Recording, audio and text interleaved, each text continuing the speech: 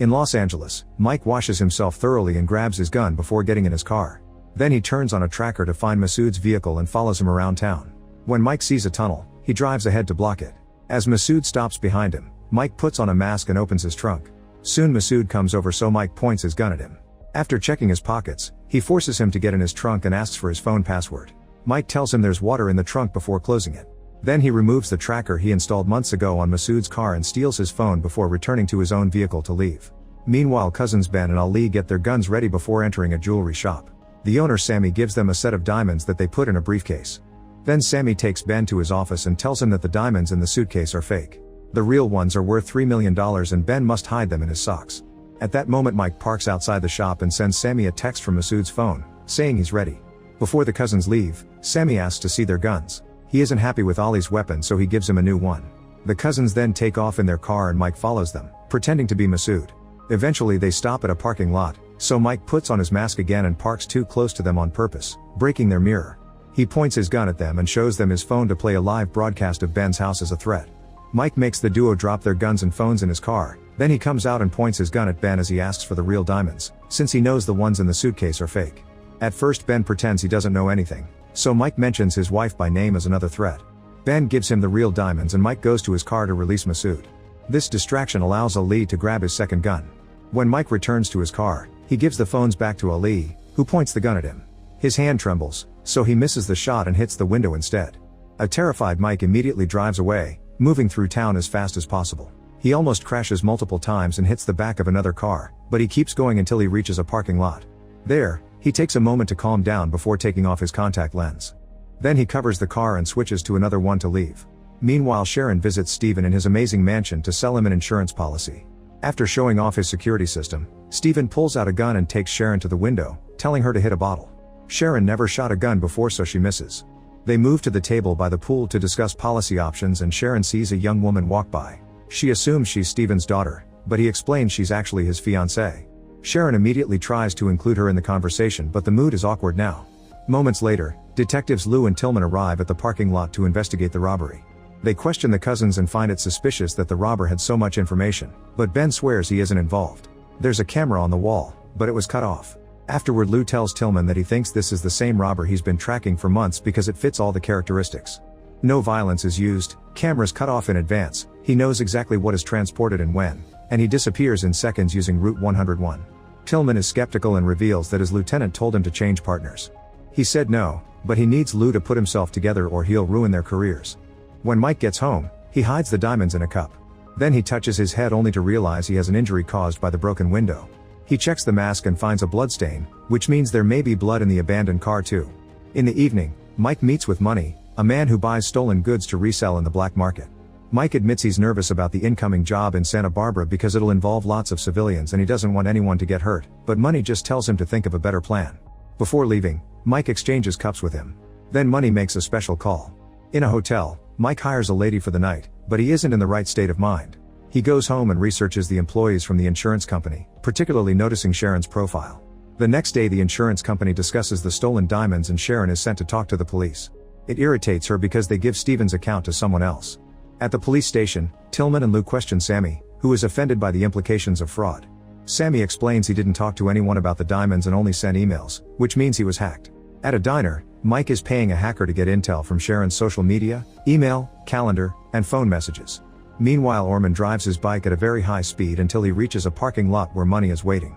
Money explains that Mike has lost his nerve and won't do the Santa Barbara job, so he wants Orman to do it instead. That night, Mike is driving peacefully when suddenly another car rear-ends his. Maya tries asking Mike for his insurance information, but Mike offers her cash to pay for the damage instead. Since this is her boss's car, Maya needs to do this through the official channels and forces him to exchange information anyway. The next day, Sharon meets with Lou and explains that the insurance company wants a polygraph test for Sammy and the cousins. Lou can tell that the company doesn't want to pay and insults their tricks, so Sharon insults the corrupt police system. An argument ensues and Sharon says that statistics point to this being an inside job. This gives Lou an idea, so he leaves. At the police station, Lou calls his team for a meeting. He puts up a map of the 219 robberies from the last 4 years, then removes the ones that have certain characteristics: value under $500,000, no courier or armored vehicle, use of violence, and leaving DNA or other evidence. The remaining robberies form a pattern on the 101 freeway, and Lou theorizes that this criminal hacks jewelers' communications to know when they'll move their merchandise. He thinks the next robbery will be in the north. After the meeting, the lieutenant scolds Lou for his presentation. He points out that many of those cases on the pattern already have suspects and one was already closed. Reopening them would hurt the department's clearance rate, and their only priority is to keep their number strong. Lou has no support for his theory. At the same time, Orman parks his bike outside a bank and watches a man with a suitcase get in their car. Moments later, this man is entering a jewelry store in Santa Barbara. Orman jumps on him and pushes him inside with his gun out. When he tries to take the man's briefcase, he discovers it's handcuffed to his wrist. Then Orman makes everyone get down on the floor and checks the back office, but there's only a baby. After hitting a woman with his gun, he points it at the man and asks for the key, so the guy tells him it's in his car. When Orman looks through the window he sees no cars, which makes him furious. He starts hitting the man's face until he admits the key is on his neck. The guy finally opens the handcuffs and Orman takes the suitcase, ready to leave. However, he notices there's more valuable jewelry in the store, so he grabs an employee by the hair and makes her unlock the cabinets. After the poor woman puts all the jewelry in Orman's bag, he makes everyone lie on top of the first man. When he tries to leave he finds the door locked, which means he has to go back and press a button to open it. He doesn't move fast enough and the door is locked again, so he shoots one of the cabinets to make an employee move. The alarm starts ringing as a man presses the button and Orman finally leaves. Meanwhile, Mike texts Maya to ask her out. In the evening, they meet in a very fancy restaurant and Mike pretends to be a software developer who moves around a lot. Maya admits she doesn't feel comfortable in a restaurant like this, so Mike explains he only brought her here because it's popular for dates. They change places and end up having street food instead. They chat for a while and manage to connect regardless of their differences. At the end of the date, Maya agrees to do this again. After she leaves, Mike learns about Orman's robbery from the news. At a diner, Lou talks to his wife, who reveals she's been cheating on him. When he gets a call from Tillman, he ignores it to concentrate on the conversation. His wife says she can move out, but Lou tells her to stay because he'll be the one to do it. They yell at each other before he leaves. Afterward, Lou joins his team in the jewelry store. Tillman points out that this robbery fits Lou's theory since this shop is in the north, but Lou thinks this was a different robber because the usual one isn't violent. In the meantime, Mike meets with Money and calls him out for using the information he gathered but sending another guy. Mike feels like Money has betrayed his trust, so if this happens again he won't work with him anymore.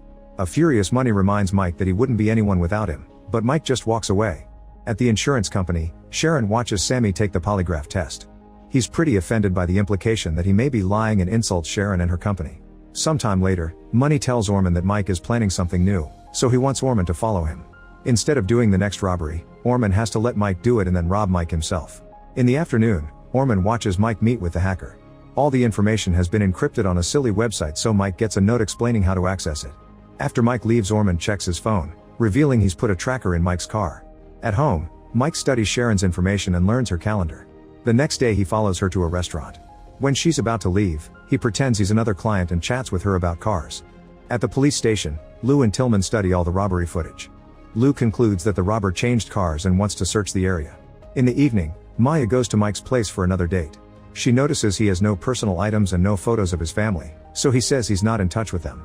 He also reveals that he grew up poor, so he's not used to keeping stuff.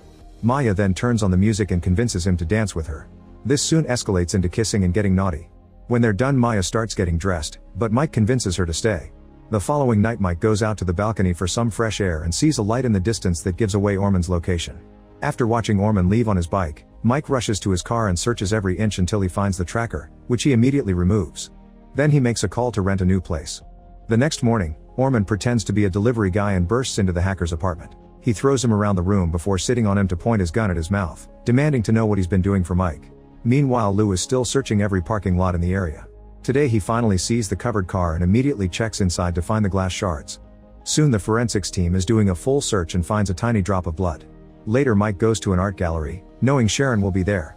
He pretends it's a coincidence and she remembers him from the restaurant, so they start chatting and end up sharing a drink. When Sharon explains her job and says it's taught her to read people, Mike wants her to read him. She concludes that he's a person with secrets, he's a bit OCD, and he has too much money and too much time on his hands. However, she can tell he didn't grow up with money. Mike feels uncomfortable, so he changes the subject and admits their meeting isn't a coincidence. He then starts listing all the things he's learned about her, including the fact that she's worked for the same company for 11 years yet they haven't given her a promotion. He explains that he partners with people who can give him information to plan his robberies, and he always makes sure that nobody gets hurt or traced. When Sharon gets offended at the idea of stealing instead of working hard, Mike points out that her company's shareholders aren't clean either. Sharon still wants to leave, so Mike tells her that if she changes her mind, she must post a photo of the beach on Instagram. After Sharon's gone, Mike notices Orman outside the bar and rushes to his car to follow him. They both drive at an incredibly high speed, making lots of sudden turns that endanger other cars. A bus suddenly gets between them and Mike has to stop the car. However, when the bus leaves, Orman is still there. The men share a tense look before the chase begins again. Orman keeps pulling off lots of tricks to keep his advantage, and eventually he manages to cause a car to crash. Thankfully, Mike reacts quickly and dodges it to keep following Orman, which is getting more difficult because they've reached a very busy street. When Orman turns around to check if Mike is still following him, he ends up crashing into a car and falls off his bike. Mike sees him walk away and follows him into a store, where Orman is getting a drink. Orman tries to play innocent, but Mike gets angry and aggressive, pushing against the fridge as he demands an explanation. He doesn't even let go when Orman bites his hand and pulls out his gun as a threat.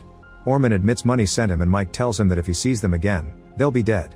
The next day, Sharon discovers that Lou has joined her yoga class. They chat for a while until Lou gets a call from the police station, telling him about some strange vehicles outside a jewelry store. Lou rushes to the crime scene and finds another detective shooting down a running thief. He takes off the criminal's mask only to find a teenager. While Lou looks around, the other detective checks on the teen and says he's armed. Lou looks again and sees a gun in the boy's hand, but he's sure that it wasn't there before. At the police station, Lou tells the lieutenant what he saw. The lieutenant isn't happy because he wants to protect his men and reveals that Tillman has agreed to lie. He announces that the 3 detectives are suspended until the investigation is concluded. While Lou gets his things, he receives a report with the DNA test from the car and the person in the system that matches it. It turns out Mike's real name is James. He was in foster care and has a whole juvenile record. At the insurance company, Sharon is frustrated because another employee has closed the deal with Steven. After the meeting, her boss tells her she's not getting a promotion this year, but maybe the next one will work out. Sharon calls him out since he's been promising the same thing for years and threatens to take her clients to another company. His boss mocks her, pointing out that rich guys won't follow a 53-year-old. A furious Sharon goes to the beach and takes a picture for her Instagram. Mike immediately gets an alert and rushes to pick her up. She tells him about a courier who will deliver watches and gems to Steven's wedding suit as favors for his wedding. Since Steven pays everything in cash, a lot of money will be present too. In total they could steal $11 million, and Sharon wants 3. Mike points out it's very risky, so he'll think about it. That night Lou goes to the last address listed on Mike's file. He meets Anne, but she doesn't understand why anyone would look for James there. Soon Mike gets a voicemail from Anne, who tells him they need to talk. Mike immediately calls her back and explains that a cop is looking for him. When she passes the phone to Lou, Mike hangs up. Afterward, Mike surprises Sharon in her car and confirms he'll do the heist. He gives her a disposable phone and instructs her to destroy the SIM card after every call.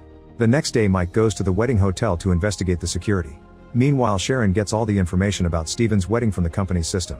Later at home, Sharon destroys the SIM card and takes out the trash. When she returns to her apartment, Orman knocks her down and hits her a few times, threatening to do worse if she doesn't tell him what she's been doing with Mike. The next day Sharon doesn't participate in the yoga class but still waits until the end to show Lou her bruises. They hide in the parking lot to talk and she tells him everything, confirming that she had to tell Orman everything too. Lou can't promise he can keep her out of jail, but he does tell her to stay at his place for her safety. While Orman goes to the hotel to follow an employee, Lou returns to the police station to check the evidence of the diamond robbery and finds the bag with the fake ones. Meanwhile, at a restaurant, Mike has a date with Maya and informs her he'll be out of town because of work, but he wants her to wait for him. Maya doesn't believe the work excuse and goes on a rant about knowing nothing about him. Mike finds it patronizing and explains that people who grew up with money will never understand having to do bad things to survive. It's not enough for Maya, who walks away. The next day Sharon goes to work as usual, but she can't stop tracking the courier's plane on her phone. Then she notices her coworker laughing at her boss's jokes. She bursts into her office and goes on a rant, explaining to her that the bosses make lots of promises but they're all lies. They only want young women to get the creepy rich guys. After insulting her boss too, Sharon leaves the office with her head held high. At the same time, Mike is waiting in the parking lot near the airport. He finds the guard hired for the delivery and points his gun at him, showing him his house on his phone feed as a threat. He steals the guy's car and phone to pretend to be the hired guard. Eventually the courier's plane lands and the man is approached with an urgent message. Soon Mike picks up the courier, unaware that Lou has exchanged places with the real guy. During the trip, they try to chat casually, but it's clear they're both very tense and keep glancing at each other with suspicion. At the hotel, Orman changes into the employee's uniform and gets a room order for the wedding suite. When Mike and Lou arrive, they go straight to see Steven. As soon as they close the door, Mike pulls out his gun and makes everyone get on their knees. Steven doesn't want to talk, but his fiancée is terrified and confirms that the cash is in the safe. Mike makes Steven open the safe and takes out all the cash. Once it's in his bag, he tells Lou to open the briefcase with the jewels. Lou does so and finds the gun he hid there earlier. He points it at Mike and reveals he's a cop. They keep threatening each other until Orman bursts into the room and grabs Mike, disarming him while pointing his own gun at Lou. Everyone starts yelling at each other without knowing what to do. Eventually Orman snaps and shoots Steven down. Then he asks Lou to push the suitcase with the jewels, but he gets nervous because a cop has seen his face. They start arguing but are interrupted when Orman suddenly falls dead. It turns out Mike has taken him down with the gun he took from Lou. After checking Orman's pulse, Lou moves Mike's gun away. He tells him to leave the city and never come back, promising to blame everything on Orman. Mike finally drops his gun and leaves the room. A furious Steven yells at Lou for making a deal with a thief, but Lou threatens to investigate him for tax evasion and importation of illegal stones if he doesn't lie about what happened too. His fiancée scolds him so Steven agrees to cooperate. On the street, Mike gets to walk away while police cars surround the hotel. On the bus, Lou reveals he has Steven's diamonds and left the fake ones in the suitcase. He then goes to the yoga class to give the diamonds to Sharon so she can start a new life. In return she shows him a picture Mike sent with the message for the cop. Meanwhile Mike drives out of the city. Later Lou goes to the location of the picture and finds Mike's antique car. The keys are included, so he gets to drive it. Meanwhile Maya receives an envelope with a picture of Mike's childhood. On its back, he apologizes and hopes they can reconnect. Make sure to subscribe and turn on notifications so you can watch more videos like this. Thanks for watching.